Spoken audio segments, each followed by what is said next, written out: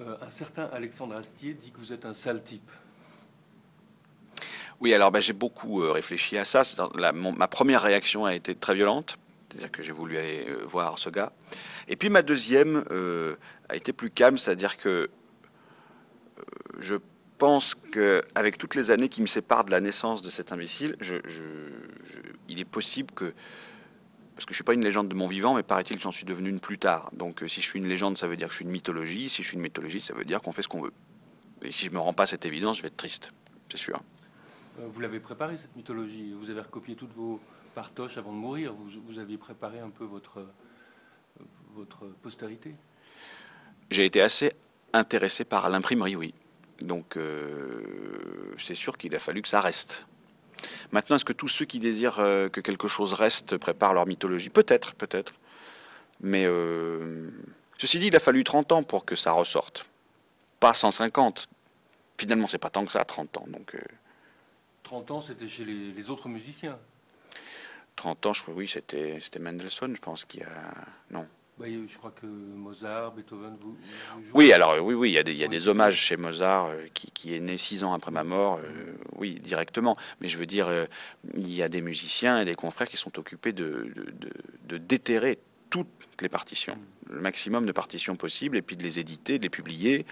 Et voilà, les progrès de l'imprimerie en sens, ça a été de plus en plus simple, mais c'est venu après quand même. Vous avez sorti plus de disques que Madonna ou que Elvis Presley, finalement? Sans les jouer moi-même? Oui. Et vous en reconnaissez beaucoup des disques qui sont sortis, de vos musiques?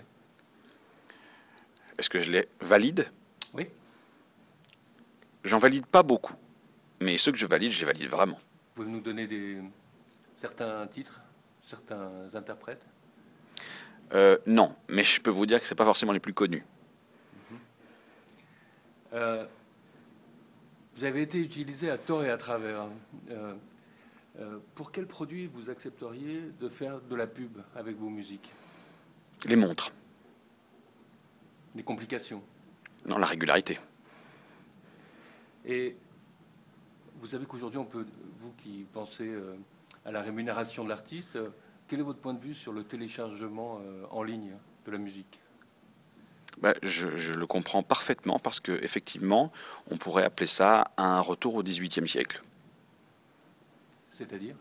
C'est-à-dire que si le téléchargement perdure, on reviendra comme à mon époque, c'est-à-dire que tout le monde me joue et ma femme mourra dans la mendicité. Vous avez des choses à dire à vos auditeurs du XXIe siècle? Oui, j'ai un mensonge. Je peux? Allez-y. N'importe qui pourrait accomplir ce que j'accomplis à force de travail et de persévérance. Message reçu. Voilà. Et qu'est-ce que ça vous fait de faire du théâtre? C'est pas une déchéance pour quelqu'un comme vous qui était dans le pur esprit, dirais-je? Si, mais je referai plus. Je gueule un coup comme ça pour régler un problème personnel, mais après c'est terminé. Et le problème personnel, il faut voir le spectacle pour le comprendre? Non, il faut que je le joue pour le guérir. Ça marche? Ça marche très bien. Et effectivement, c'est mieux s'il y a des gens. Ça marche mieux. Vous avez autre chose à dire? Pas vraiment. Qu'est-ce que c'est comme note, ça? Ça, c'est un ré.